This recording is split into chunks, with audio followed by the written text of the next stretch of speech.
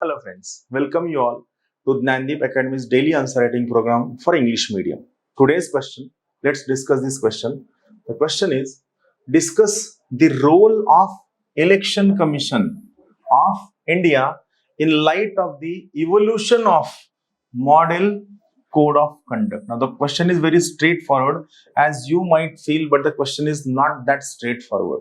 Here you are aware about only model code of conduct, but UPSC has asked about evolution of model code of conduct. So UPSC is one pitch higher than what you prepare. So they are asking you how the role of Election Commission of India has changed, should change, and should complement the ever evolving model code of conduct. So let's first try to understand what is locus of the question. In this particular case, what is locus? Evolution of model code of conduct is the locus. As I told you, what is locus? It is location of the syllabus from where the question has been asked. And what is focus? The direction of your answer that must go towards is focus. So in this particular case, evolution of model code of conduct is the locus, first case. And what is focus? Changing role of the Election Commission of India with change or with ever evolving model code of conduct. So basically, many people try to write more about model code of conduct. Remember, model code of conduct is just only a locus. Change in the role of Election Commission of India with change in model code of conduct is the main focus. We'll try to come to the answer. What is the answer? See, so what you should write in introduction, basically, introduction should talk about the significance of model code of conduct and how its changing nature must be complemented by change in the functioning of Election Commission of India. So it means in first paragraph, you should try to write that what is significance of model code of conduct and how this change in model code of conduct must be complemented by the change in the functioning of Election Commission of India should be the part of your introduction, and it is your skill to write these things in how many words? In 30 to 35 words, not more than that. Rather, I would suggest if you have a skill, try to write this part in 20 to 25 words only, not more than that. Then coming to the next part. What is model code of conduct? Basically, model code of conduct in Indian election is a set of guidelines. These are set of guidelines and rules that political parties, candidates, and the government, three parties are there: political parties, then second is candidates, and third is government, must follow during election time period. So these are certain rules, regulations, and guidelines which are binding on these three parties. Now, what is this evolution? I'll just tell you evolution in short. 1960s it was introduced. So model code of conduct was first introduced in 1960s. Its main purpose was to ensure free and fair elections. Here in this particular case, I know you are able to read these things very clearly, but my main purpose is to understand keywords which should be part of your answer. So to ensure free and fair elections and ethical conduct during elections. It focused on main issues like maintaining law and order, preventing use of government machinery for electoral purpose by the political party which is in power, and preventing communal and caste-based appeal. So basically, it is talking about three important things. Maintaining law and order was first part. Second was use of government machinery was second part. Third was communal and caste-based appeal should be avoided or prevented. So this was the basic approach during 1960s when model code of conduct was introduced for the first time. Then came expansion in the scope of model code of conduct in 1980s and 90s. Guidelines on campaign, speeches and promises, expenditure limits, use of government resources. This was the second important aspect.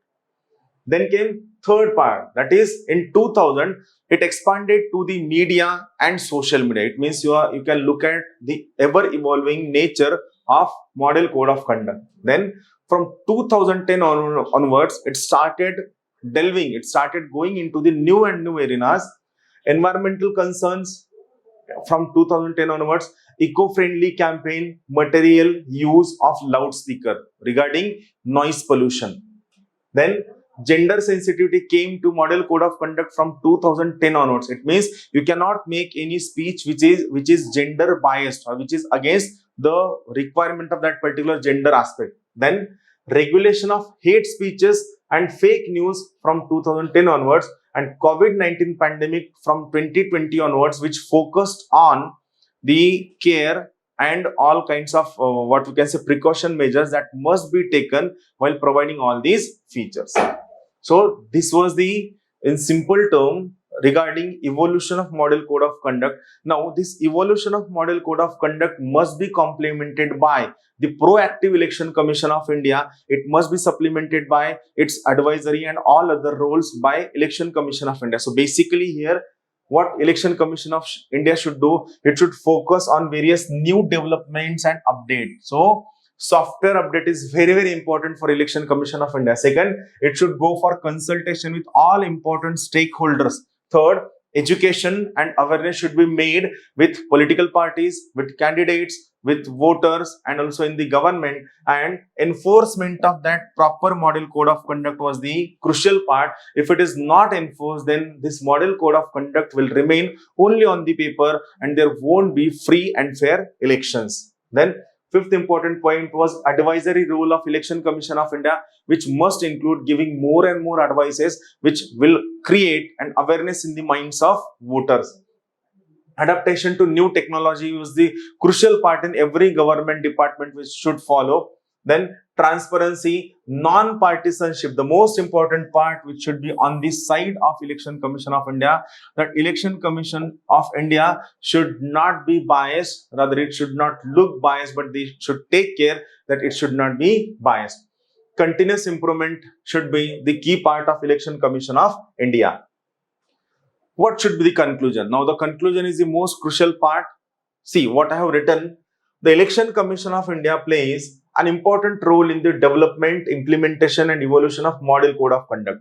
Its actions are essential for ensuring that elections in India are conducted in a fair, transparent and democratic manner for sustaining democratic values and credentials in the India. I have given this particular conclusion so that you should work on the language that you are going to use in the answer. So this is first question.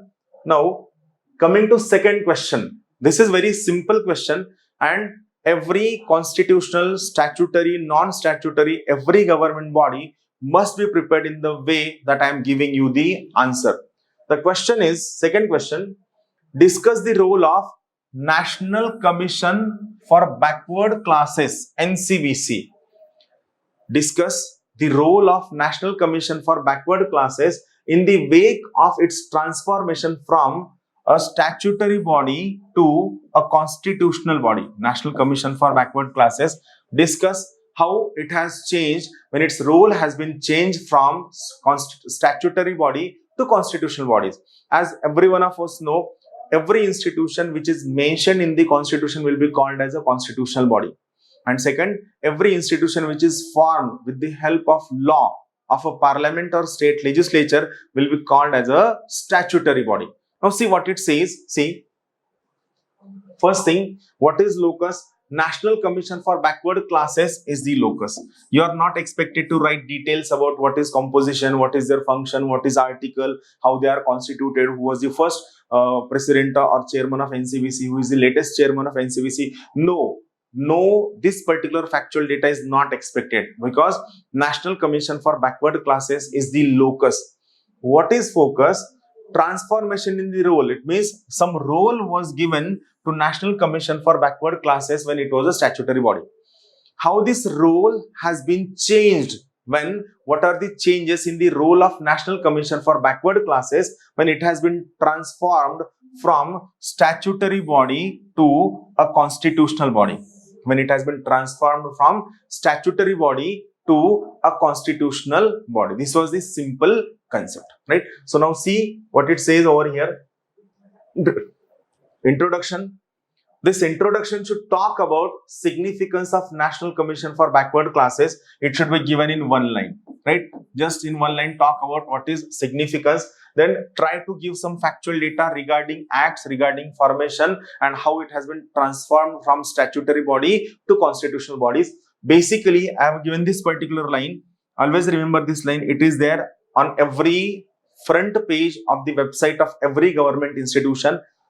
Primary responsibility, we are talking about National Commission for Backward Classes. Primary responsibility to investigate the complaints of under inclusion or over inclusion of communities in the list of OBCs and recommending the changes. So this is the primary responsibility of National Commission for Backward Classes. Then what is focus? Basically, we have to write about what changes have been occurred. First thing, NCBC has got constitutional recognition.